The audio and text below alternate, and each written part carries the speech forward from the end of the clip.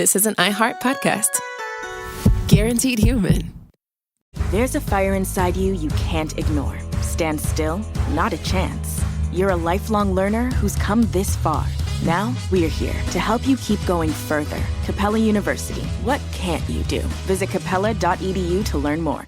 Support for the show comes from Public, the investing platform for those who take it seriously. On Public, you can build a multi-asset portfolio of stocks, bonds, options, crypto, and now generated assets, which allow you to turn any idea into an investable index with AI. It all starts with your prompt. From renewable energy companies with high free cash flow to semiconductor suppliers growing revenue over 20% year over year, you can literally type any prompt and put the AI to work. It screens thousands of stocks, builds a one-of-a-kind index, and lets you backtest it against the S&P 500. Then you can invest in a few clicks. Generated assets are like ETFs with infinite possibilities, completely customizable and based on your thesis, not someone else's. Go to public.com/podcast and earn an uncapped 1% bonus when you transfer your portfolio. That's public.com/podcast. Paid for by Public Investing. Brokerage services by Open to the Public Investing Inc. Member FINRA and SIPC. Advisory services by Public Advisors LLC, SEC registered advisor. Generated assets is an interactive analysis tool. Output is for informational purposes only and is not an investment recommendation or advice. Complete disclosures available at public.com/disclosures.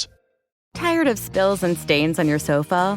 Wash away your worries with Anabay. Anabay is the only designer sofa that's machine washable inside and out, starting at just $699. Plus, Anabay sofas are pet-friendly, stain-resistant, and feature changeable slip covers and modular pieces. Get up to 60% off site-wide with a 30-day money-back guarantee. Visit washablesofas.com to get yours now. That's washablesofas.com. Offers are subject to change, and certain restrictions may apply. Welcome back to Behind the Bastards, legally the only podcast that you're allowed to listen to under the terms of the New World Order's fucking International Monetary Fund, Bilderberg Group, whatever, you know? That's it. Yeah. That's the law. So hate that Bilderberg Group. Oh, see, I don't actually have a bit ready for this. Matt Lieb! Hey! How are we doing today, Matt? Oh, I'm doing great. I am right now hidden in my bedroom because my baby is asleep on the other side of the house, and I don't want to wake her up with all of the loud noises that I intend to make. That is fair. Now, Matt, you are, if folks are not aware, if our listeners aren't aware, you are the host of a number of podcasts, including a Sopranos podcast called Pod Yourself a Gun. That's right. And a The Wire podcast called Pod Yourself the Wire. Yes, which you can find on a feed called Pod Yourself a Gun. It's nice and confusing. If you see Tony Soprano's face in the logo, you know it's a show about The Wire. That's extremely clear. Now, Matt, both of those titles are obviously a reference to the intro music for The Sopranos. That's right. Which the refrain is something like, woke up this morning, got yourself a gun. That's right. Now, guys, what are we doing today? Do we have another Scott Adams book? Not all that long ago. We did our deep dive into Scott Adams. We talked about the life of this man, and he's got a couple of books that he wrote that he considers to be. He thinks that his cartoons in time will be forgotten, but generations from now, his novels are what people will remember of him. He said this. He's got on the record about this. Are these graphic novels of Dilbert that we're calling books, or are these just words, no cartoons? Yeah, they're just words, and they're real short. He says they're real short because he wanted something that a person could read in an afternoon, which is a fine goal for a book. Normally, I consider brevity to be an example of skill and craft, but in this case, it just means he didn't tell a story. Right. Yeah. I love starting off a book with the idea of like, no, shorter, better. Shorter, good. Less words, more read fast. Yeah, I'm going to publish like a big 300-page book with a fancy title like The Origin of Mankind. And it's just going to have 2 words in it. Just fuck it on page 1. Empty space the rest of the time. Yeah. And then like a dick in the middle of it. And you have to search for the dick. And then when you find it, you win. Yeah. And it's a whole book for like, you can just like say you finished it in a day and have it out on your desk when people walk by and be like, finish this one. Hoo boy. I've been busy. Yeah. Oh, me? I've just been reading all these books here. You have a whole fucking shelf filled with them. People are opening them up and there's nothing in them except for that dick that they find. And then they feel like they won. Yeah, you find the dick, you email it to us, and you make a sacred pledge never to tell anyone that there's not an actual book in there. Exactly. Yeah, it's like Santa Claus. We all do it and we all benefit. So, Matt, he wrote these books, The Religion War being the one that we're going to talk about today, and they're terrible. And I went back and forth. Should we do a book episode about this? Because another podcast I really like quite a lot, House of Decline, HAUS, got over both these books with the lovely Rory Blank as the guest. And there was one other podcast that did at least one of these books. So we're not breaking totally new ground here. And I got kind of like self-conscious about that. And then you know what I said, Matt? What'd you say? I said, who gives a fuck? Dude, that's how I live. That's what I decided. As someone who does TV rewatch podcasts of 20-year-old shows. Exactly. I'll let you know. Doesn't matter. Yeah. People need the content. They want more. This is all, we all have a moral right and a moral duty to access Scott Adams's terrible books for free because they're available for free on the Internet Archive. Don't ever spend money on these. Oh, we are not. Do not. No. And that's what we're going to do. I love it. That's great. You know, this is nice for me because it's not a Nazi. Well, okay, let me take that back. I'm going to rewind that a little bit. It's not that it's not a Nazi. It's that it's not a guy who was in the Nazi party in Germany in the 30s and 40s. And that's nice for me. Yeah. Now, Scott would have loved to be a Nazi. Don't get me wrong. But tragically, I mean, he probably would have been like Phipps, the cartoonist who did the illustrations for Der Stürmer if he'd gotten the chance, because modern Dilbert's not all that far off. Yeah, but, it's mostly just Dogbert looking around for some Lebensraum. Yeah, you know, he would have office. He would have used the ill-gotten Nazi gold to build a swimming pool shaped like Dilbert's head, instead of just using the money that he got from Dilbert to make a swimming pool shaped like Dilbert's head. He has a swimming pool shaped like Dilbert's head. That's what he did. Matt, if you look that up, you might find something you don't want to find. So what I'm going to tell you is, sometimes it's good to just have faith in things. You know, all right. This is like, you know, how the Holy Spirit, the Catholics don't want to tell you what it is, but you gotta think it's a big deal. Yeah, it's a big deal. Yeah, it's like, this is like the Holy Spirit. The Dilbert Head swimming pool in Scott Adams's backyard is the Holy Spirit of making fun of Scott Adams, and you just have to accept it into your heart. I believe it. I believe it's an article of faith that he has this Dilbert Head shaped swimming pool. He does have a tower in the back of his house shaped like Dilbert's head.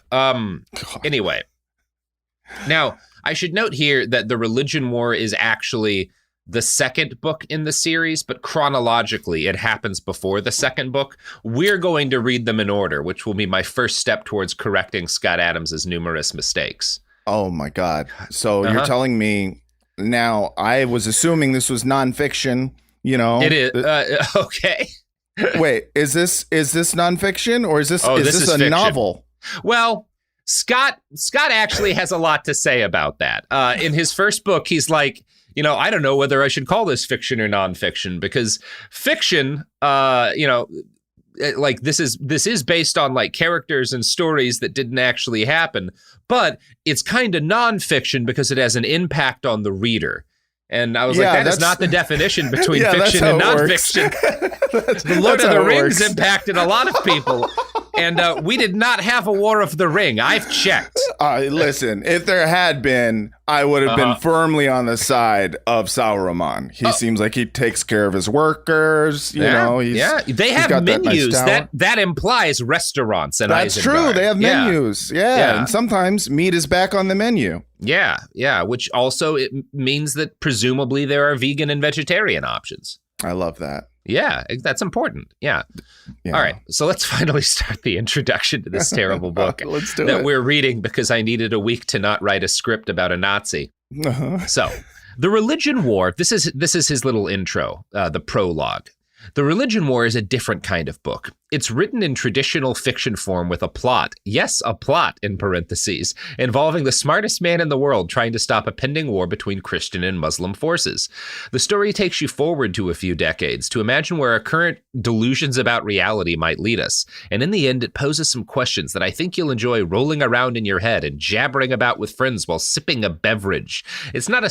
So, I'm sorry. Are they trying to? Is he trying to sell the reader on the book they've already purchased? Yes, he is, and he's trying to tell you, you're really gonna like this book. That was, I think, the opening to Blood Meridian.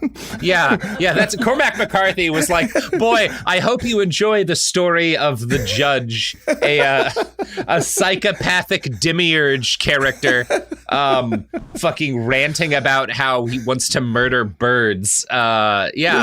That's great. Good. Yeah, have a good time. Roll some questions about this around in your mouth with your friends while sipping a tasty beverage. Yes. Get your favorite treat. Sit down and start reading this piece of shit. And then ask your friends, hey, do you read that fucking thing? That'll be fun. It does tell you the difference between, Cormac McCarthy is like the platonic ideal of like a real author. And then Scott Adams is Scott Adams. Scott's like, I hope you enjoy my book. Please sip it while discuss it with your friends while sipping a tea. And Cormac McCarthy is like, if you were to walk up to him on the street when he was alive and say, I'm interested in reading your book, his response would have been to pull a handgun. Yes. That's like that's a real fucking like artist. Like a real artist. Yeah. Here's the prologue. In the year 2007, a brilliant and charismatic leader named Al-Z began his rise to power in the Palestinian territories. He was the architect of the 20-year plan for eliminating Israel. Now, let me tell you what this plan is, Matt. The 20-year plan for eliminating Israel is that we all kind of like calmly, actually, you know what? I can scroll down to the chapter where he talks this all out. Because this is low key. So a couple of things you should note. You know how the Islam includes both Sunni and Shia, right? You know how there's different kind of like, how there's Catholics and Protestants in Christianity. Yeah. Scott doesn't know that. So everyone's like Iran, Palestine, it's all the same. Iraq, they're all the same. They're all in there together with like the Turks. And they're in the basics of this is that he destroys Israel and kills all of the Jews and then builds a caliphate. And they launch like a low key terrorist war with all of the Christian states. Yeah. And so this Christian alliance builds up using NATO as a background, and they have this like constant low-key war with the Muslims, where the Muslims do terrorist attacks, but they're special terrorist attacks. They're real careful not to get too big, like 9/11, so that they have to respond. And then the Christians sail around gigantic aircraft carriers, kind of like occasionally killing people. It's kind of unclear what their role in the war is. And there's a number of things that get glossed over in this, including the Christian forces are made up of NATO, and the second largest army in NATO is a Muslim army in the real world. Scott didn't Google that. He actually learned just the other day that Turkey is a country. I love this. I love the mini 9/11s thing. It's like, hey, we don't want to get it too big. It reminds me of the famous, question, would you rather be killed by a horse-sized 9/11 or 1,000 duckling-sized 9/11s? And I think the duckling-sized ones is the way to go. Yeah, it's interesting. There's so much that's going on there, including like Scott's talking about how this is, his presumption of how things will continue with like the madness of the present era. And he's writing this kind of in the not that long after the invasion of Iraq and the post 9/11 era. Yeah, I assume this must have come out like, 2004 or something, because he's like, this takes place in the year 2007. Yeah. And I mean, well, that's when the destruction of Israel starts, Yeah. So I there's a degree to which I understand why that's the focus. But it's also very much like, if you pay attention to America, the idea that like there could be this giant caliphate that's constantly doing low-level terrorist attacks against us and we wouldn't lose our minds. Yeah, they don't have to kill a lot of people. They don't have to kill anyone. It has to be all we need is like a TikTok to go viral, making people think the Muslims have poisoned the water, and like 40% of the country will be ready to do a genocide. Yes. I love in his America we show restraint. Yeah. He really does. There's this mix of like zero faith and way too much faith in the country. That's utterly fascinating. Yeah. So, chapter 1 is Old Man. So, you get this guy Alzi, and he kills all of the Jews by basically convincing Israel to give Palestinians civil rights, and then they vote themselves into power, and then they commit mass murder. The oldest trick in the book. Gaining legal equality as a prelude to genocide. Step 1 to white genocide is always that. Wiping out the Jews. That's cool. Yeah, it's good stuff. Historically, always been the case. This architect of the 20-year genocide plan then makes a big old caliphate, and everybody's happy, and he starts this low-level war. And then on the other side, on the NATO Christian side, but let's pretend Turkey's not a country, we have General Horatio Cruz, who's the guy running the Christian Alliance. And now we're in 2040, and the war is kind of hitting a fever pitch. So the first proper chapter is Old Man. And I think this is going to introduce the Avatar, who we'll meet again in the second book we're going to read in this series, who's the smartest man in the world, right? Yeah. And he's so good at thinking through things that he's basically a wizard. But he doesn't have spells. He just is smart enough that he can confound and flummox people. I loved being a fiction writer. It was just like, all right, it's gonna be a story about a real smart guy. Yeah, real smart. Yeah, his superpower, big brain smarts. There's a lot of versions of this, and like better artists than Scott do it too. Whenever you have a TV show where the premise of the TV show is the main character is like the best author around or the best musician, and anytime it's time, we just got this with like at least The Weeknd is a pop star on this terrible The Idol show, but like still it was a little. And I'm thinking back to like. So surprised you watched the entire I heard it was terrible. I heard it was a really bad time. It's the worst show I've ever seen in like a really long time. It's not the worst show I've ever seen. The Weeknd can't act. It was so hard. He's not a good actor.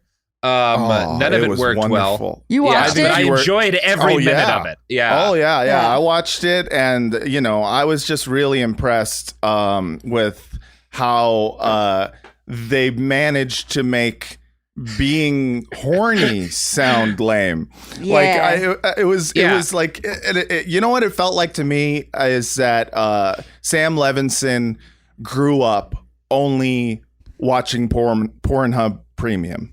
Absolutely. And so he doesn't know about X videos. So the things that he thinks are hot are like very glossy, very shiny. And I was like, no, this guy doesn't get what hot is. He just thinks this is hot. It's like it was written by a dude who like was raised, like homeschooled as a kid, like raised in a strict Christian household. Yes. But like from the beginning was a little bit of a bad boy and found out how to get around the internet blockers. So he had access to like one partially censored porn website, but thinks he's like really worldly about he's like, look guys, and then he's like sitting at a table with like a bunch of Hollywood people. All right, so picture this. She walks in the room and her skirt up above her knee. You can see all the knee folds on this bitch. Dozens of knee folds. It's folding like crazy around that knee. And she's sweaty always. Original, she's a shiny, sweaty, hot lady. What's sad is he was not always supposed to be on the project, and the original project sounded really great. It was supposed to be. It was supposed to be really, really great. Instead, we got fucking Lily Rose Depp smoking cigarettes and The Weeknd being unbelievably corny and bad at being horny. So good.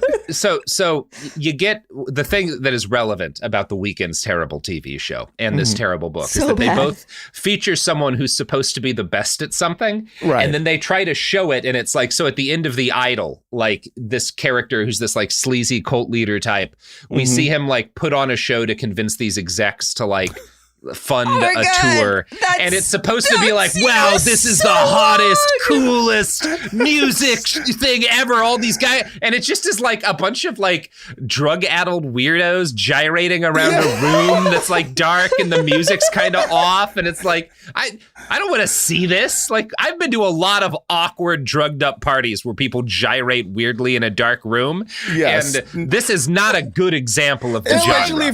If you're a music executive, the idea you would sit around and watch the whole performance is the most insane thing I've ever seen. It was a hybrid of what Robert just said, which is like a weird party with people on drugs gyrating, and also like a middle schoolers performing arts camp recital.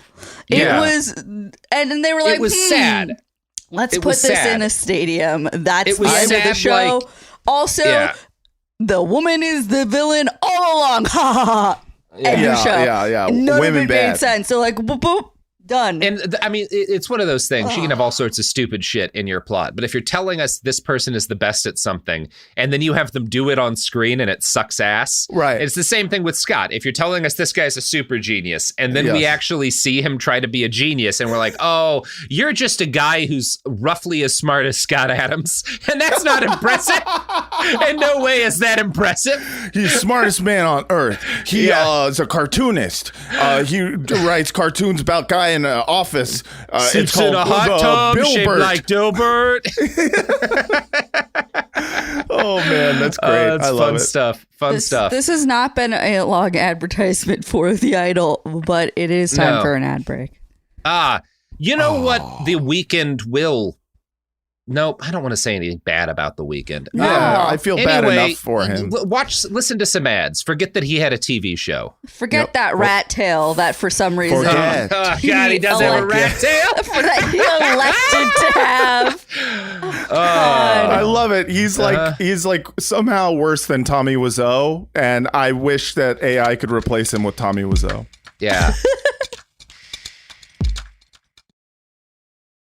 Support for the show comes from Public, the investing platform for those who take it seriously. On Public, you can build a multi-asset portfolio of stocks, bonds, options, crypto, and now generated assets, which allow you to turn any idea into an investable index with AI. It all starts with your prompt. From renewable energy companies with high free cash flow to semiconductor suppliers growing revenue over 20% year over year, you can literally type any prompt and put the AI to work. It screens thousands of stocks, builds a one-of-a-kind index, and lets you backtest it against the S&P 500. Then you can invest in a few clicks. Generated assets are like ETFs with infinite possibilities, completely customizable and based on your thesis, not someone else's. Go to public.com/podcast and earn an uncapped 1% bonus when you transfer your portfolio. That's public.com/podcast. Paid for by Public Investing. Brokerage services by Open to the Public Investing Inc. Member FINRA and SIPC. Advisory services by Public Advisors LLC, SEC registered advisor. Generated assets is an interactive analysis tool. Output is for informational purposes only and is not an investment recommendation or advice. Complete disclosures available at public.com/disclosures. Life gets messy. Spills, stains, pet accidents, and kid chaos. But with Anabe, cleaning up is easy. Our sofas are fully machine washable, inside and out, so you never have to stress about messes again. Made with liquid and stain-resistant fabrics, that means fewer stains and more peace of mind. Designed for real life, our sofas feature changeable fabric covers, allowing you to refresh your style anytime. Need flexibility? Our modular design lets you rearrange your sofa effortlessly. Perfect for cozy apartments or spacious homes. Plus, they're earth-friendly and built to last. That's why over 200,000 happy customers have made the switch.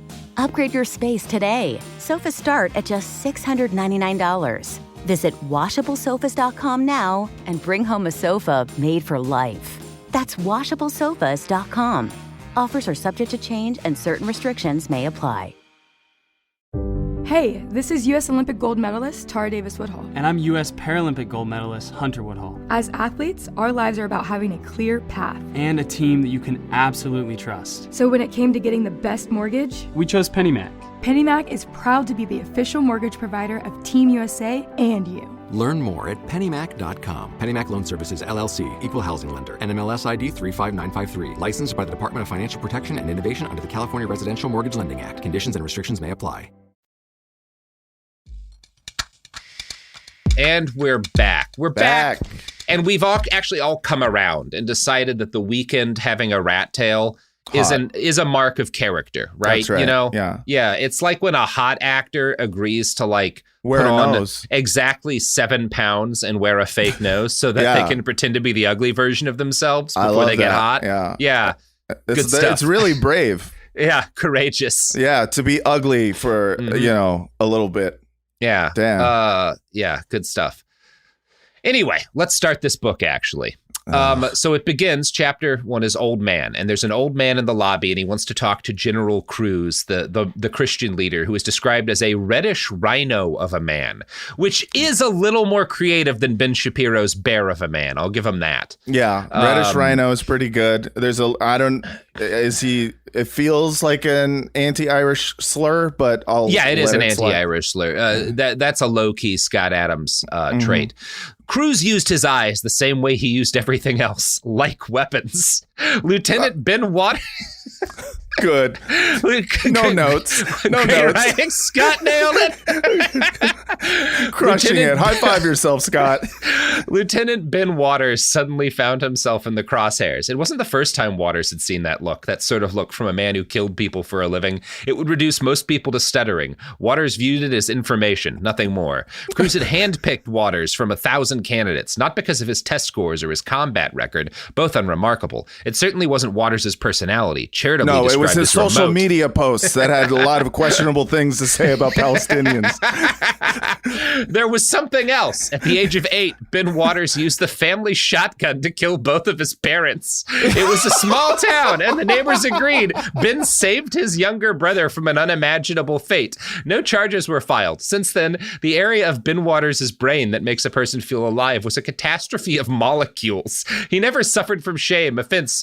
Okay, so what's going on here is he picked this guy. This General Cruz is worried he might get too powerful. So he has this guy standing next to him with a gun at all times to kill Cruz if he becomes like crazy with power, which is like potentially a fun idea if you're introducing like your idea of this world where like the leader's always followed by this guy who's supposed to kill him if he goes mad with power. Yeah. But the introduction of this character, Scott doesn't explain why this guy's parents had to die. Just an unimaginable fate. There's no like, you're left to assume it was probably like molestation, but they don't actually say anything. I'm sure there's a good reason for it. Every time someone kills their parents, I'm going to be honest, I'm pretty much always on the side of the kid because I'm like, there's a reason. You don't just kill your parents. So, even that would have been better writing if we had just learned that this guy's attitude was like, I'm just always going to side with the kid who kills their parents. I just assume, I don't know what went on. I didn't listen. I didn't do any digging. I just figured kid killed his parents. Probably cool. If my kid killed me, I'd be like, listen, I don't know why, but I get the need to do this. We all want to kill our parents. We're just not brave enough. Yeah, Freud said a lot about that, which is why I support legalizing cocaine, because that'll let more kids kill their parents. I don't know why we're going down this road. So this old man is here, and he wants to talk to the general. So Waters tells him the old man started talking to the guards, and 5 minutes later they left. They didn't say why. Call the Marines off the roof. If the old fool won't leave, shoot him. Yes, sir, said Waters, in a way that revealed he knew it wasn't a workable plan, because the Scott Adams insert is able to talk the army down from shooting him for invading what is effectively the Pentagon. The whole world are fools, muttered Cruz, while using a ruler to drag a battle platform from the Indian Ocean. Map makers were a frustrated group. The old notion of a country was meaningless. Al-Z dominated the entire Islamic world. Governments existed under his rule in a fashion to keep the water running, to remove garbage, and to run indoctrination centers for children. But the real worst power part about Muslims, dude, is open borders. It's just they just want to go to the Middle East and completely erase these borders that we totally made up in 1917. Fucking bullshit, dog. It is. It's yet another example of this like thing you get with a specific kind of like. And this is like you get this with like weirdo Christian folk, right wingers who hate Muslims, but you get it also with like atheists who hate Muslims, especially in this period where they're like, they have this attitude that like, well, the entire Muslim world is just always angry at America and at secularism. They're just always pissed at it, right?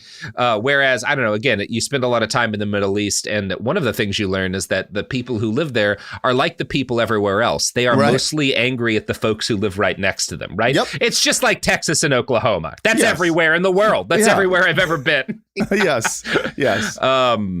Anyway, not to flatten politics too much, but people are generally pissed at their neighbors because that's who you rub up against. Yeah. But in this, all of the Muslims, presumably Arabs and Persians and Kurds, everybody all together, you know, anyone who's just kind of in that region of the world is all a Muslim, and they're all backing the guy who killed all of the Jews. Yep. That's good. So there's no countries anymore. And in the Christian part of the world, there was still a pretense that civilian governments ruled their respective countries. In reality, Cruz had the power to redraw boundaries and remove so-called leaders with a word. He didn't need military power to get his way, although it was available if it suited him. Cruz was widely believed to be the only person who could stop the terror of Al-Z. No one felt it was a good idea to distract him. The atheists in the smaller religions were lying low, supporting the Christian power base and enjoying safety in numbers. The most enthusiastic supporters of the Christians were the Jews, who had escaped Israel after So that's good. Thank you. I'm glad he wrote me in there.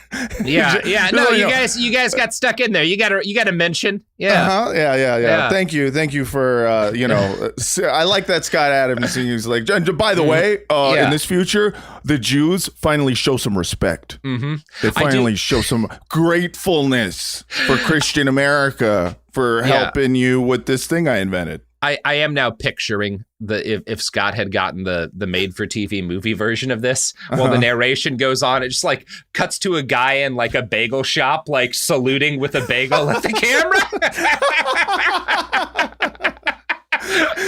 Just walks into a bagel shop, standing ovation by all the Hasidic Jews in there.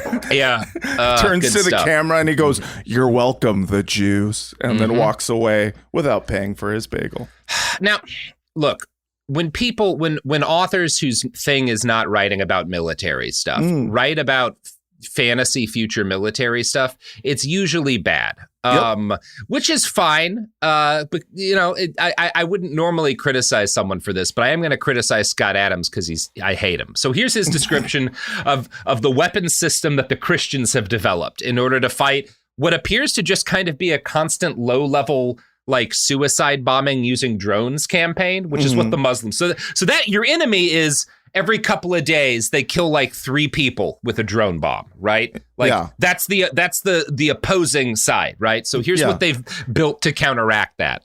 Battle platforms were a recent addition to Cruz's arsenal. They were the size of cities floating on the ocean, vastly more powerful than the aircraft carriers they replaced. The platforms could be assembled in days, ringed by destroyers, and monitored by an umbrella of satellites. Nothing could penetrate their perimeters, thanks to NATO's technical breakthrough of forced particle beams that could slice through incoming metal like a hot poker on a cobweb.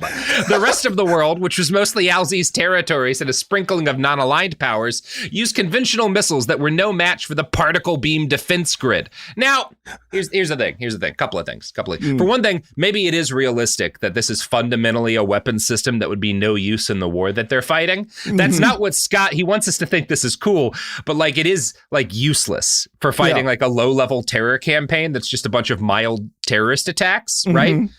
For a lot of, for one thing, like he's like, they're even more powerful than aircraft carriers. Well, yeah, but the enemy just has like some drones with grenades. Right. Like aircraft carriers are fine for that, you know, like you don't need, but also, well, why are you, how is this supposed to help? Like how is controlling the ocean supposed to help when your enemy is not opposing you in a direct military manner? Why is this useful? I am generally confused also as to like the amount of, the amount of people it sounds like that Al-Z is killing is that he's doing an occasional terrorist attack every couple of days, killing a couple of people. Yeah. And the entire world is like, oh man, we got to fucking wipe these fools off the map because literally 1 billion people have a murder rate of 3 per day. Yeah. That's pretty good. I'm just saying. Honestly, man, that's better than we're doing right now. That's not bad. Like, Americans kill a lot more Americans than these guys. All the time. That is a little bit weird. I do want to know, like, we shoot, I don't know, like 35,000, something like that, of us get shot to death each year in this country, at least. Like, are they breaking those numbers? Is Al-Z's campaign even doing that many Americans? Yeah.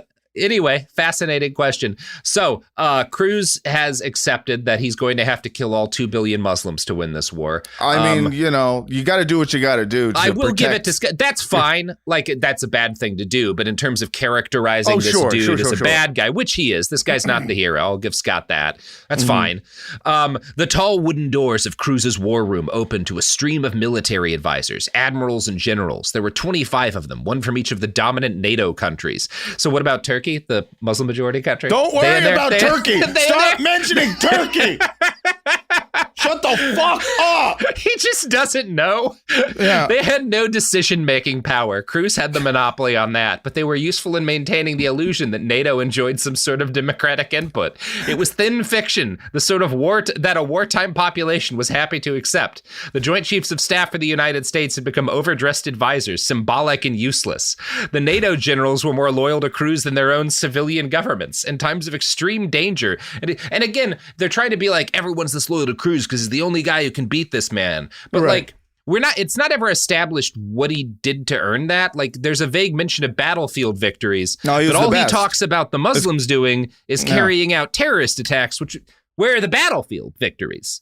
What's the fighting that this guy got popular for doing? He's the best of the best. When he was doing battles, doesn't matter where, he was best at it. It's okay. You could establish this early on by being like, when he was a captain in the field, he was on like an embassy duty. He stops a terrorist attack, right? Yeah. And like, something. But like, no, we don't get that. Scott has this like, it's okay, whatever. Cruz gets angry that they're not murdering this old man who has somehow gotten through his defenses and demanding to talk. So he grabs an M16. He flips off the safety. So at least Scott knows that guns have safeties. I guess we're good there.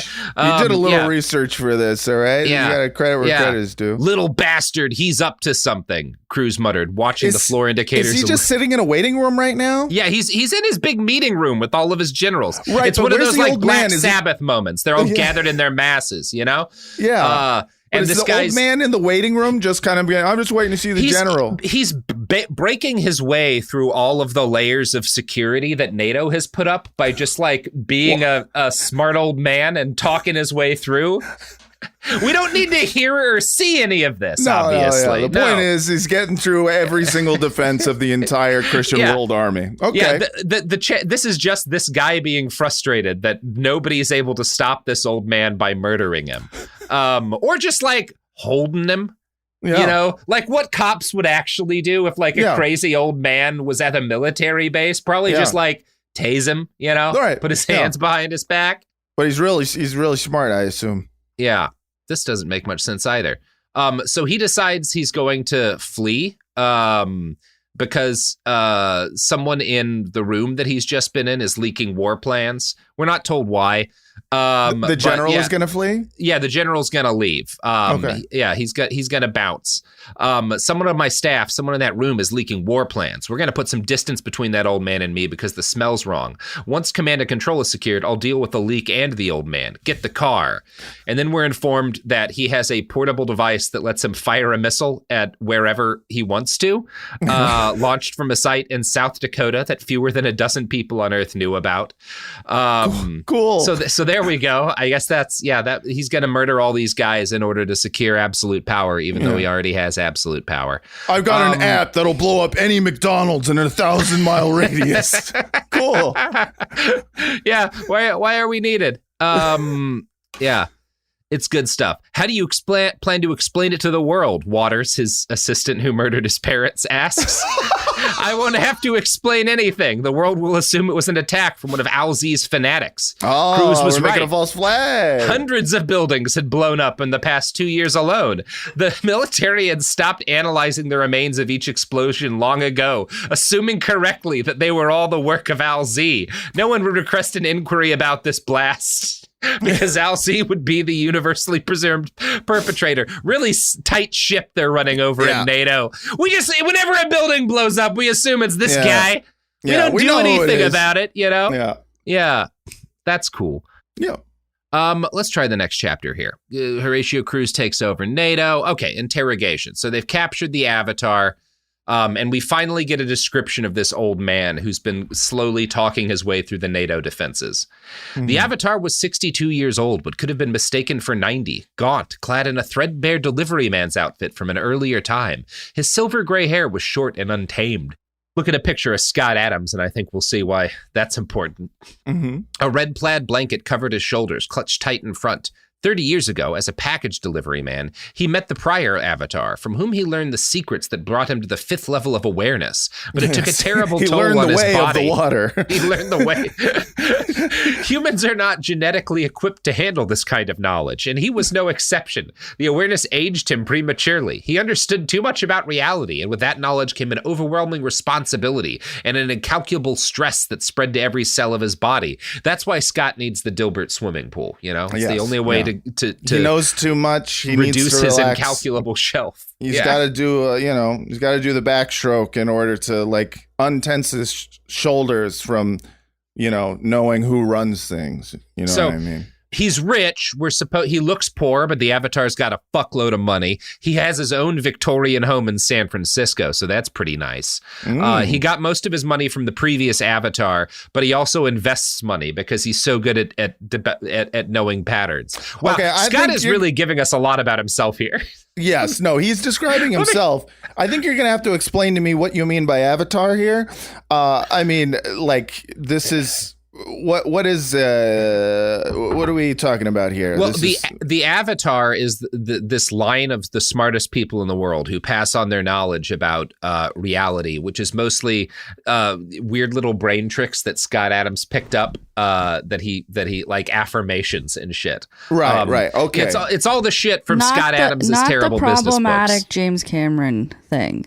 No, I figured not. What's problematic about Big Jim? Big Jimmy. Anyway, whatever. Honey. So, how much time you got? What matters is Scott Adams, in describing the Avatar, is describing himself, and it's beautiful. He was painfully lonely. The last Avatar hadn't advised him to avoid personal relationships. It was just obvious that he had to. No one could understand the pressures he endured. He could no longer talk to normal people without leaving them changed in some way. It was unfair, he thought. He was painfully lonely. He's just so very smart. Divorced. He was the most smartest divorced man in the world. The only thing larger than the NATO battle platforms was the amount of divorced in this one man's heart. You know who else is divorced, Matt? Who? The sponsors of this podcast. Every single one of them was left by their wives for good reason. Right. And it very much for good reason. We're really proud of their, I don't know why I'm continuing to go on about this. Anyway, why don't you divorce us and listen to these ads? Support for the show comes from Public, the investing platform for those who take it seriously. On Public, you can build a multi-asset portfolio of stocks, bonds, options, crypto, and now generated assets, which allow you to turn any idea into an investable index with AI. It all starts with your prompt. From renewable energy companies with high free cash flow to semiconductor suppliers growing revenue over 20% year over year, you can literally type any prompt and put the AI to work. It screens thousands of stocks, builds a one-of-a-kind index, and lets you backtest it against the S&P 500. 100. Then you can invest in a few clicks. Generated assets are like ETFs with infinite possibilities, completely customizable and based on your thesis, not someone else's. Go to public.com/podcast and earn an uncapped 1% bonus when you transfer your portfolio. That's public.com/podcast. Paid for by Public Investing. Brokerage services by Open to the Public Investing Inc. Member FINRA and SIPC. Advisory services by Public Advisors LLC, SEC registered advisor. Generated assets is an interactive analysis tool. Output is for informational purposes only and is not an investment recommendation or advice. Complete disclosures available at public.com/disclosures.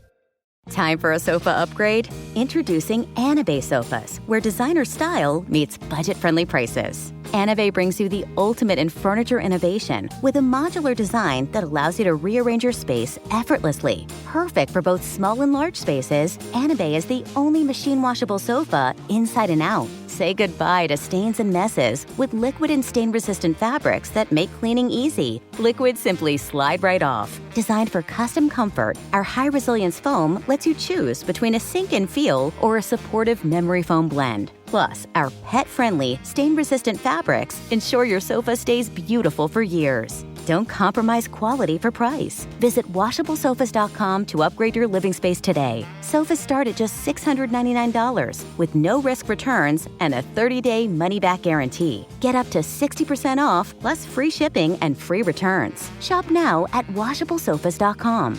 Offers are subject to change and certain restrictions may apply.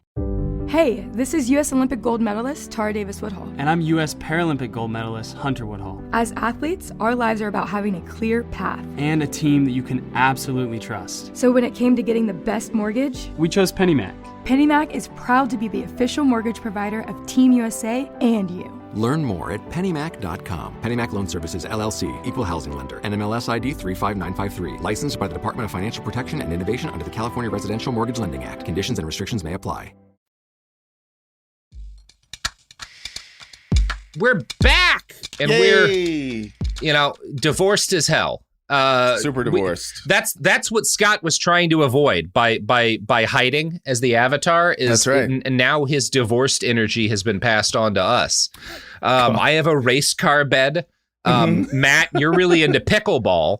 Yeah. It's just been a calamity over here. That's right. I like to take over various tennis courts and say, "Hey, fuck you! I'm divorced," and then play pickleball. Sophie's dressing like one of those guys from a '90s movie who like moves in with the main character who's super divorced's ex and is like, I don't know. I'm thinking actually of the movie Hot Rod here. Whatever. That's a great one. Yeah, great movie. Anyway, well off topic. Back to the Avatar. No ordinary person could understand what it was like to be an Avatar. Even when he did talk to people, when it was absolutely necessary, he was still utterly alone. He felt as though he was one short gasp from insanity. Most of the time, he felt certain that he had a special role to play, that he was chosen, that he alone could save the world from upcoming destruction. Other times, he felt he must surely be mad because only insane people think like that. And they, as did he, have no capacity to know which category they really belong to. God, that's Scott. so smart. That's so smart. How'd you think of that? Too I love often. a guy who's convinced he's the smartest person in the world writing a story about the smartest person in the world. This is my favorite genre of novel. And you get a lot of, I think when people like make fun of Scott, a lot of like, wow, this guy really should have gone to therapy. I don't think that's the answer for Scott. I think Scott needed was like a normal, a full-time job that didn't pay him $700 million, where like he had to like strive for something with a group of other people and like be confronted sometimes with the limits of his own capability 100%. and his shortcomings and work with other people to seal those up. That really would have been good for Scott. In a just timeline, in a just society, he would have been a middle manager who's only making a handful of people's life hell. As opposed to what he became. I think, like, honestly, if you make Scott working like, I don't know, like a road work crew, right? Where he's getting out there every day, he's doing something hard, but it's also something every day you can see like, oh, we finished paving this chunk of road. And like, that's some progress. People are going to use this, right? And you're out with other people. They're going to call you on your bullshit when you say insane things. He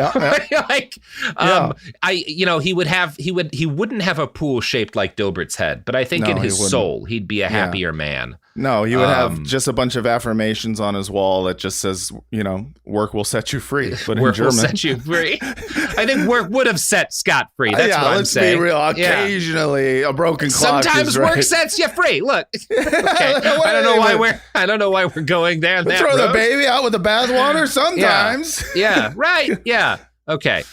So the Avatar's got to look for is among other things. And by the way, he's supposed to be in an interrogation room here. That hasn't been introduced. We're just learning about the Avatar again here. So he's looking for his replacement because he's going to die. He's old. He doesn't know whether or not it's fair for him to pass it down to somebody. And then, finally we get actually back to the story. I'm sorry, really, I am, said the Avatar, cuffed to the wall in eye-wing. For what? Getting caught? Growled the thick-necked interrogator with an oversized forehead and stubby fingers as he moved his cart full of pain tools nearer his subject. I'm sorry for what I have to do. This will end quickly if you tell me everything, said the interrogator. That's why I'm here. Where do you think you got the pain tools? I do kind of want to know more about these pain tools. Can you describe these pain tools? I want to know what they are, Yeah. Seem like fun. He's like, that's why I'm here, to tell you everything, which, is what the Avatar is about to do to get out of this interrogation thing. Yeah, he uses smarts. Yeah, he's going to use his smarts. Before I turn your guts into jam, how about you tell me, this is the interrogator, how about you tell me everything I need to know? It's a little courtesy I like to extend to my guests. Nobody has ever taken me up on the offer, but I feel it's only fair to put it out there. Jesus, this interrogator's this is so much worse than torturing a man. Yeah. Let's say you figure out what questions I need to ask and then you just answer them. If you make me ask the obvious questions over and over, I'm going to get tired, and that makes me cranky. You don't want that. Very well, replied the Avatar, and again, I'm truly... Okay, so he's doing this thing where, the torturer's like, you're going to tell me everything or I'm going to kill you. And the Avatar clearly is going to, do some brain jujitsu that destroys this man. Use the Force. But it just keeps going on for several pages of him being like, all right, I'm about to do my brain jujitsu on you. I'm going to do it. I'm going to do so much smart that you're going to be like, wow. Yeah. So a page and a half goes by. Tell me something brilliant, old man, mocked the interrogator. Convince me you're the smartest man in the world and I'll let you go. I don't think the smartest man in the world would believe that you're sincere. The interrogator flashed an executioner's grin and turned up the voltage. He moved the electric paddles towards the old man's chest. This is just to get your attention. Do me a favor and don't die right away. Who is Patrick? Asked the Avatar. The interrogator froze for a moment, then quick-boiled. How do you know my brother? What bullshit is this? What else do you know about me? The old man looked into the eyes of his interrogator and took a deep breath. I know that you were raised Catholic, but as an adult, you pick and choose the parts you want to believe. You think it's okay to hurt people as long as it's in the interest of the greater good. You convinced yourself that you'd still go to heaven so long as you accept Jesus before you die. You were treated unkindly as a child, especially by the older boys and by the better athletes. You don't sleep much because every time you close your eyes, you see your victims and you hear their voices just before you drift off to sleep, and it pulls you back to restlessness. Sometimes you try to stop the voices by drinking. The drinking works to an extent, but it has ruined your relationships. The interrogator dropped the paddles and stepped away from the old man. What's your name? Shoots himself in the head. Just kills himself. And now the Avatar explains that he did a cold read, which that's not even a good read. That's whatever. I'm sorry. That's also not something that's smart. That's literally just something con men do. I have to assume that the reason why he guessed Patrick, which this dude reacted strongly to, is because he's Catholic and every Catholic man has a Patrick in their life. Of course. Yeah. Very simple. Very simple. Also, half of the Catholics are, I don't know, living in Latin America. I don't know how many Patrick, Patricio maybe. I love the idea of it was Officer Weinstein, and he just looks at him and he goes tell me about Rachel. It's how do you know at least 8 people in my extended family? How did you know her name? How did you know Rachel? Fucking, of course. Mm-hmm. Oh, that's great. So here's Scott I also love that he's basically, he's he's kind of modeling it after every smart guy character you've seen in fucking any kind of detective. They all do a fucking cold reading, right? Yes. Yeah. It's remarkable. As opposed to, I think a fun version of this character, when every time he's in a situation and he's got to boil someone's brain, it's just a Ponzi scheme. He just gets him to invest in a Ponzi scheme. Yeah, exactly. He just starts explaining crypto. 5 minutes later, he gives him $40,000. You're chained up in a fucking dungeon. What are you getting as a return on your 401k right now? Yeah, what if I were to tell you I could double your money in under 6 months, and all I'm going to need is a check for 20 grand and a picture of your feet for feetpics.com. Oh, I love that. Here's Scott explaining cold reading. Mm-hmm. For centuries, phony psychics have used a version of the cold read to dupe gullible customers. It's nothing but good observations combined with educated guesses and generalities, like that a Catholic man has a Patrick in their lives. Exactly. It seems like so much more. Stereotypes and whatnot. Yeah. But it seems like so much more to the person hearing it. Some fake psychics were unusually skilled at noticing clues from a person's appearance or mannerisms and making guesses that sounded uncannily accurate. The Avatar was the best of the best, able to recognize patterns so subtle that even the most skilled phony psychic would have found it amazing. Yeah. Today's situation was especially easy. The interrogator was clearly Irish. Someone in his family was probably named Patrick. By the way, he's Irish because earlier the Avatar notices that he has a drinker's nose. That's literally how it's so good. I love this.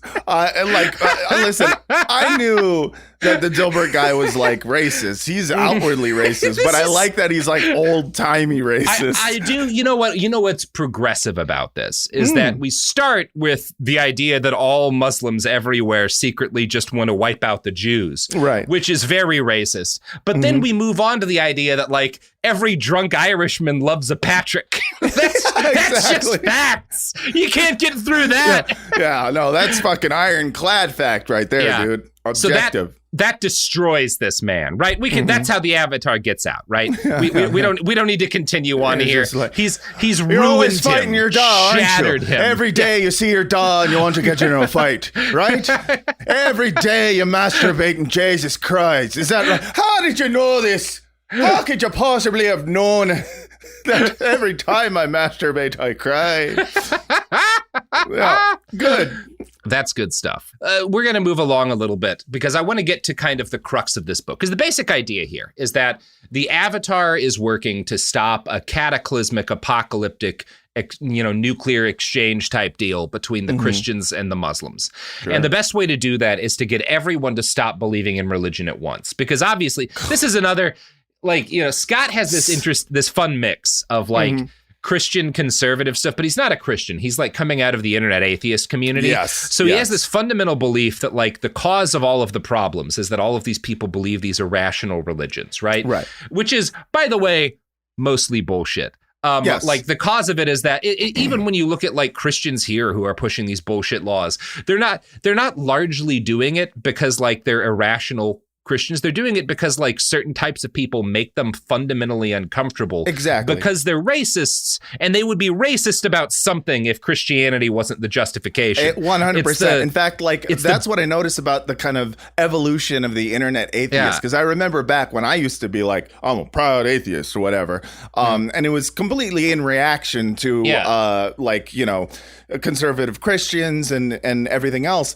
And then all of a sudden, I was like, oh, this seems like a very interesting front for people to just say some anti-Muslim shit.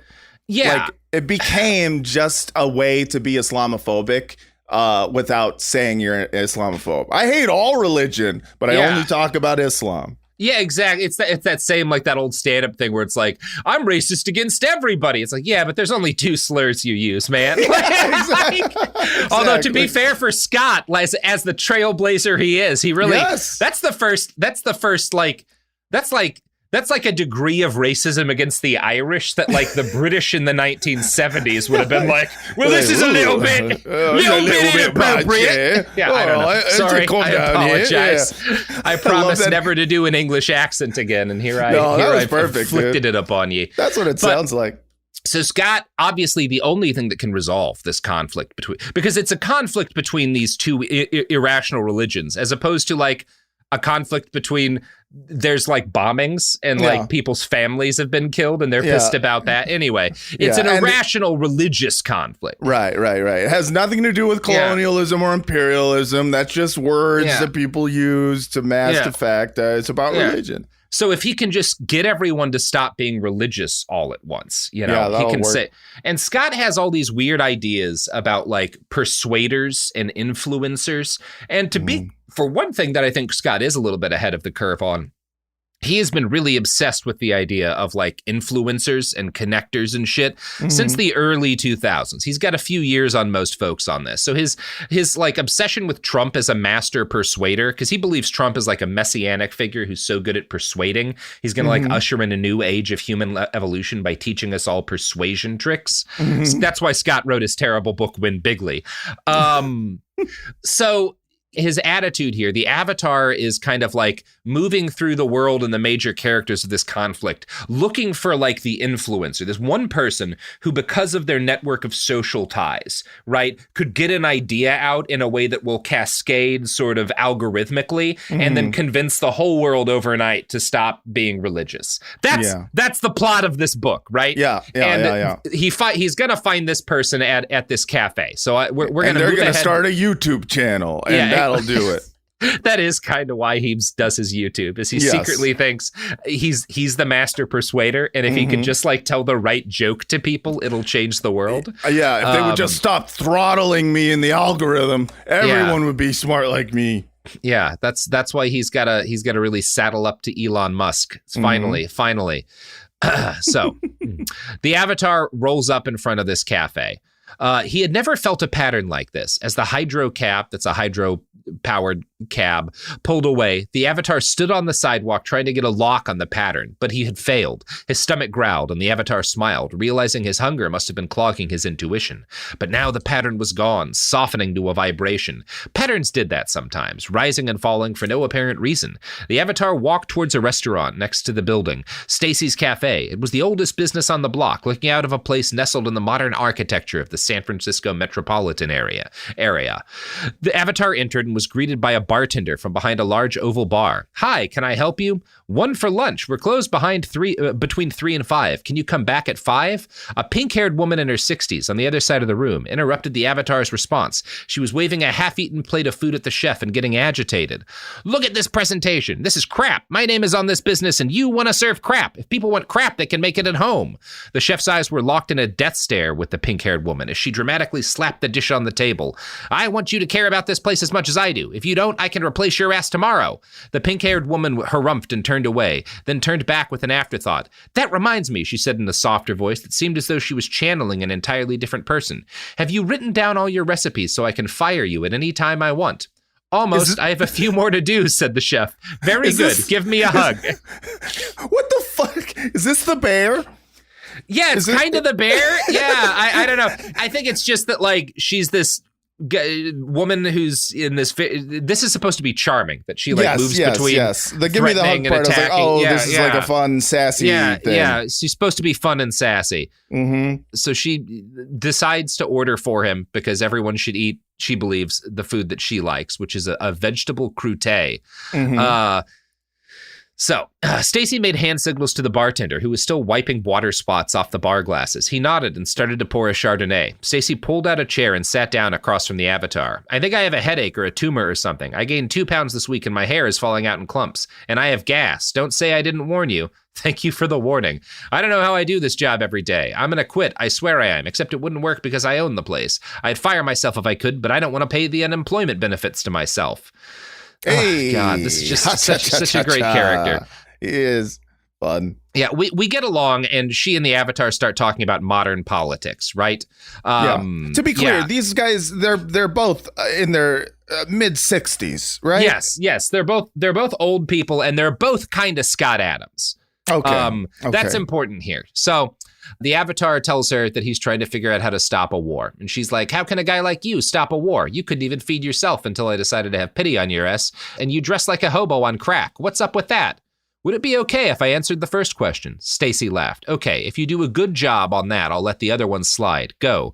Think of humanity as a giant software program. Our bodies are the hardware and our ideas are the software. Sometimes the software gets a virus." What are you talking about? Religious misinterpretations. What could you possibly mean? I have never heard this concept before. Yeah. You must be the smartest man in the world. religions are a virus in our computer programming, right? Dude.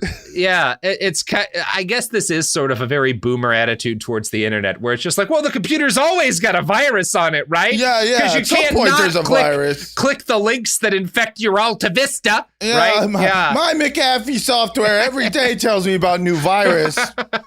I keep buying more of it. More virus keep coming. I buy a new McAfee every day. I buy 3 new McAfees, and now they don't stop not one virus. I got Muslim virus. I got Jew virus. I got Irish virus.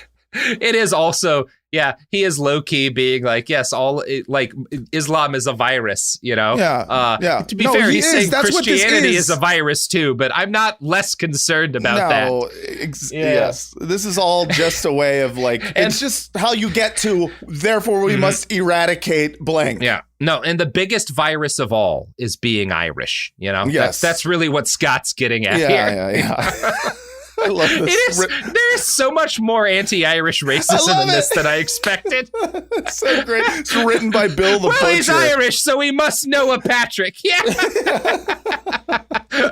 He must not just know, he must love a Patrick. No, right? He loves a Patrick in the family, and that is. Yeah, I mean, it's clear from his nose. Yeah, from his drinker's nose that he loves a Patrick. He must be an Irishman. That's really quite amazing. So in this next part, he's talking with this lady about how he's going to, and he explains his concept of a prime influencer. I'm looking for the reboot button, metaphorically speaking. I'm looking for the one person who is connected to everyone else in a chain of influence, the prime influencer. That is why I am visiting today.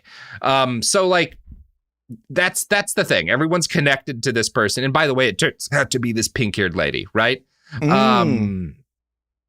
Yeah, it's her. It's Stacy. I thought, And she's like, I don't believe in this because people never change their mind. You don't believe people can change their opinions? Asked the Avatar. Come on. Who buys books written by conservatives? Conservatives. Who buys books written by liberals? Liberals. People only listen to what they want to hear. Nobody changes anyone's mind. Even if the argument is very good, hasn't happened. Never will. The Avatar sat back in his seat, adjusting his napkin on his lap. I can see why you would have that view. But in reality, everyone knows one person who can change his opinion on a particular topic, usually a different person for each topic. It's not the argument or the logic that matters to people, but the source. Humans are driven by examples, by role models, not by logic. So you're saying someone can make me a devil worshiper even if I didn't want to be? That's nutty. A year ago, you would have said that no one could convince you to wear pink tinted hair, but you seem to have embraced the trend enthusiastically. Okay. So Scott's, this lady is like, nobody changes their mind. And Scott's like, no, that's nuts.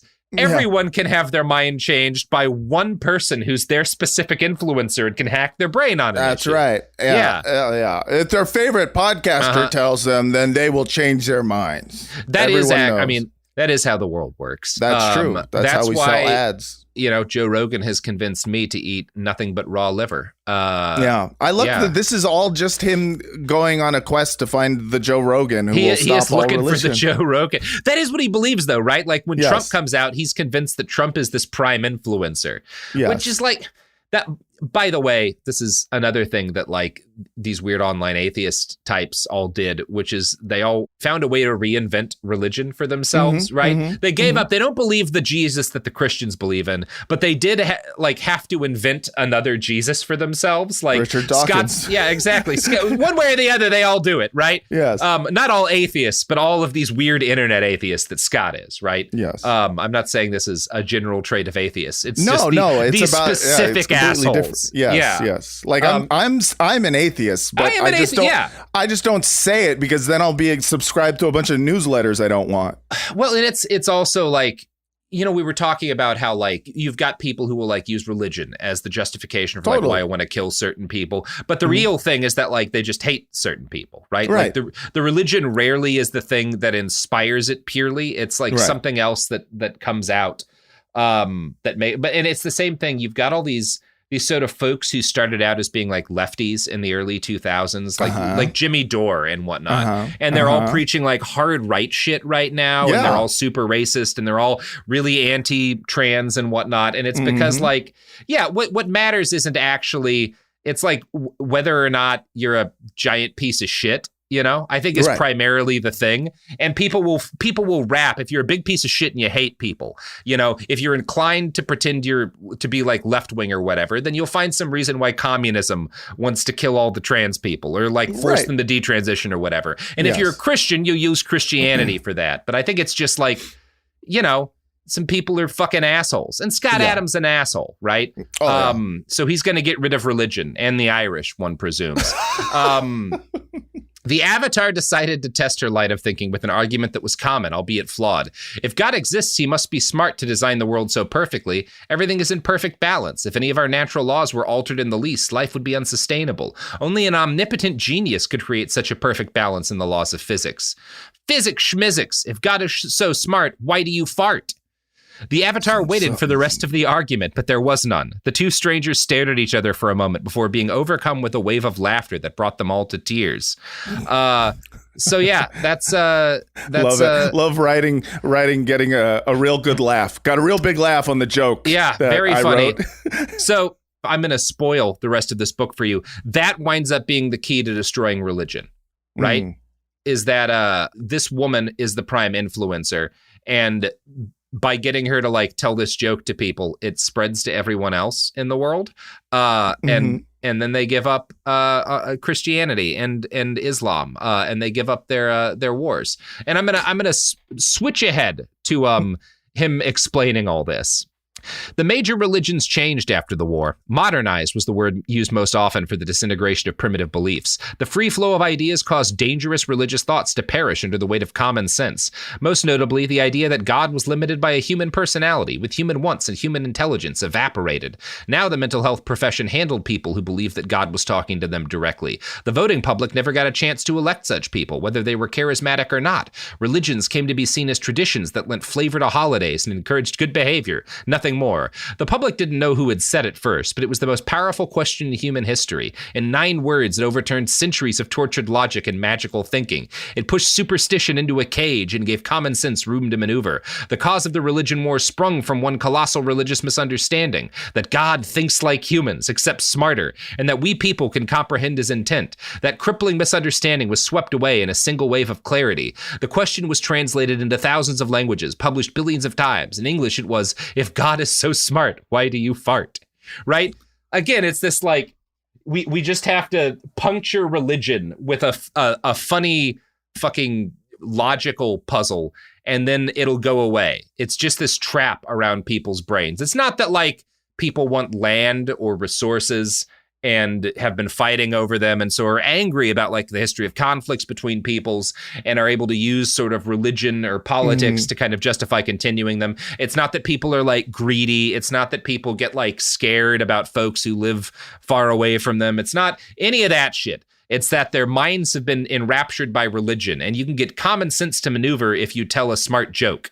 It's like, honestly, the most fucking like buttoned up fucking elitist.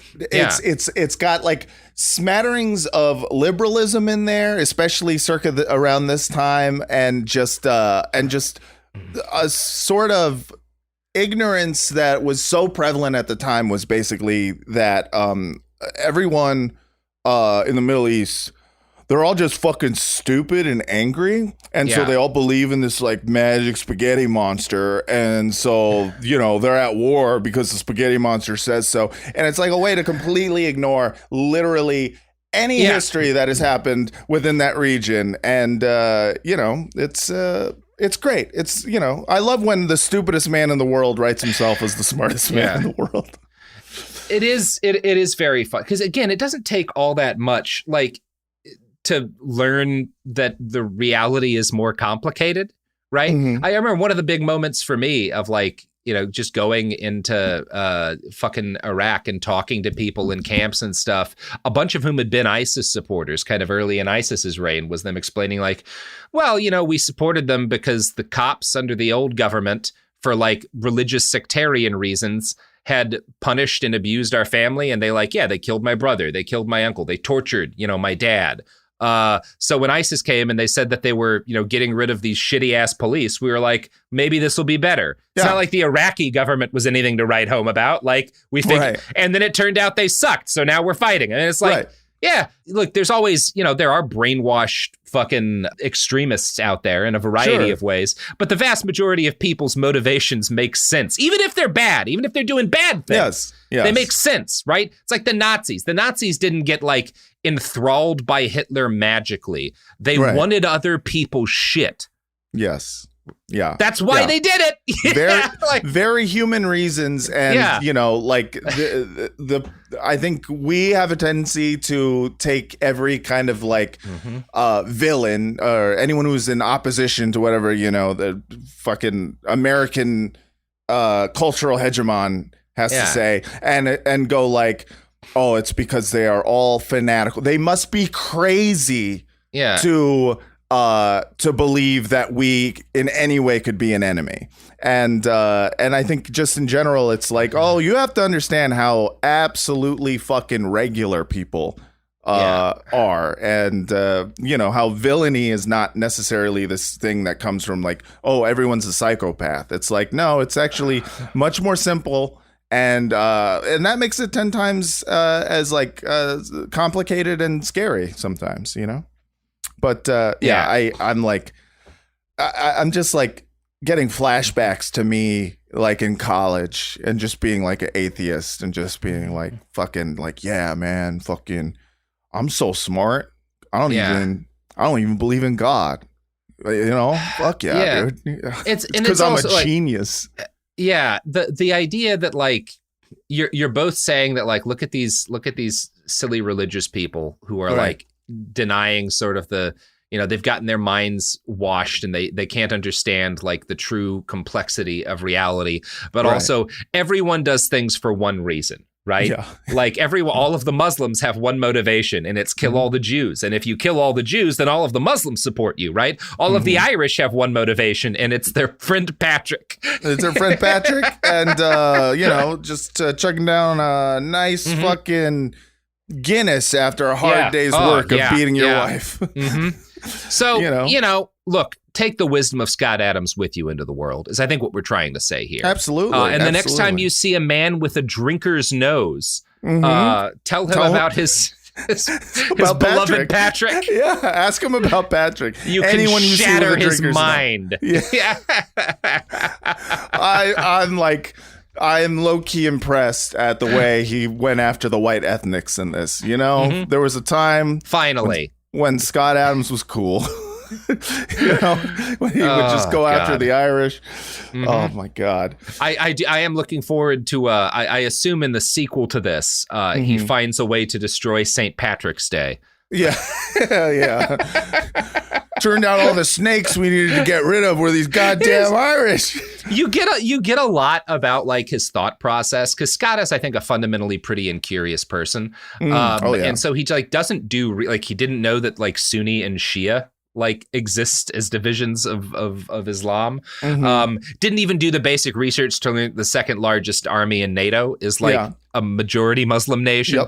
And he's just like decided, okay, well, what's something a guy could notice? Well, if you can notice if somebody's got like a red nose because they're drinking a bunch. Okay, who drinks a lot? Irish people. What's an Irish name? St. Patrick's Day. Patrick. Boom. Boom. Got it. I just got a whole fucking plot to a story. It's so funny. He's just like taking his calendar and he's marking down, I need 3 hours to write this. Because this for sure was stream of consciousness. Yeah. This guy is not putting a lot of thought into this. I think he just used the like talk to text app and just was like mumbling just to himself. This bad boy out. Well, Matt. God bless him. You got anything to plug here? Oh, man. Well, I'm writing a book about the scourge of the Irish. No, actually, I do, this Wire podcast, the Wire Rewatch podcast. Pod Yourself a Gun is the name of the feed. And it is essentially a show where we denigrate Irish Americans in the form of McNulty. Yeah. So, really? if you're...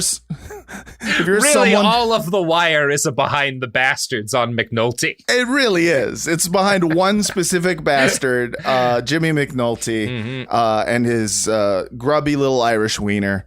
And so check that out. Check out the Frotcast. It's a show where we talk about, everything except for The Wire.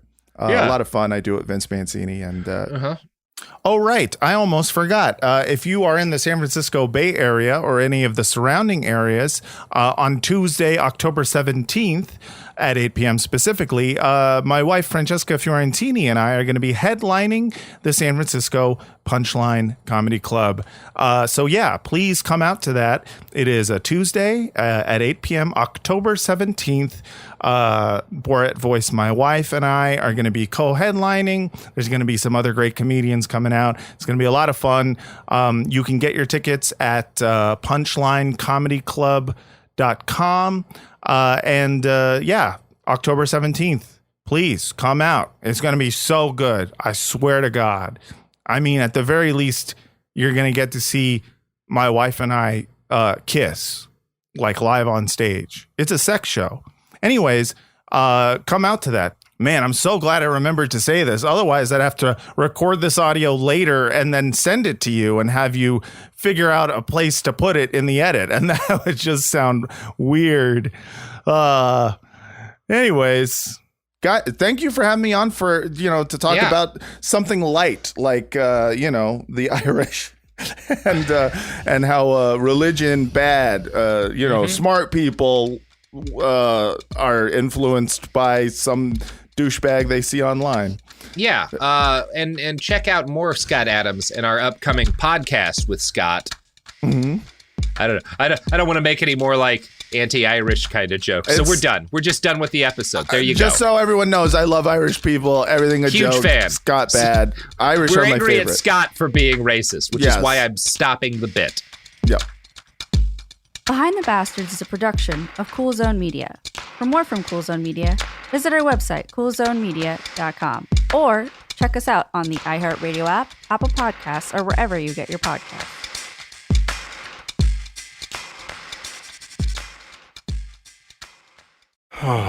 Sink into affordable luxury. Anabay is the only machine washable sofa, inside and out. With stain-resistant slip covers and a cloud-like frame duvet, everything goes right in the wash. Plus, the modular design lets you change the look of your space anytime. Visit WashableSofas.com to upgrade your home. Shop up to 60% off site-wide, with sofas starting at just $699 and a 30-day money-back guarantee. Shop now at WashableSofas.com. Offers are subject to change, and certain restrictions may apply. In the heat of battle, your squad relies on you. Don't let them down. Unlock elite gaming tech at Lenovo.com. Dominate every match with next-level speed, seamless streaming, and performance that won't quit.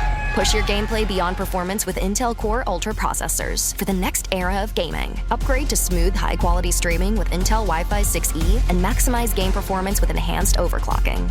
Win the tech search. Power up at Lenovo.com. Lenovo.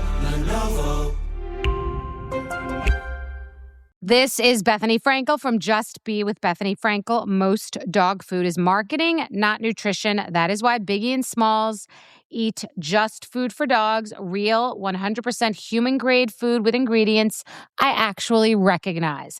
And yes, I do see the difference. Better digestion, healthier skin, more energy, dogs that feel better, my babies. If you've been on the fence about switching, stop overthinking it. What's more important than your furry babies and their health? Go to justfoodfordogs.com right now and get 50% off your first box. No code needed. Just try it. This is an iHeart podcast. Guaranteed human.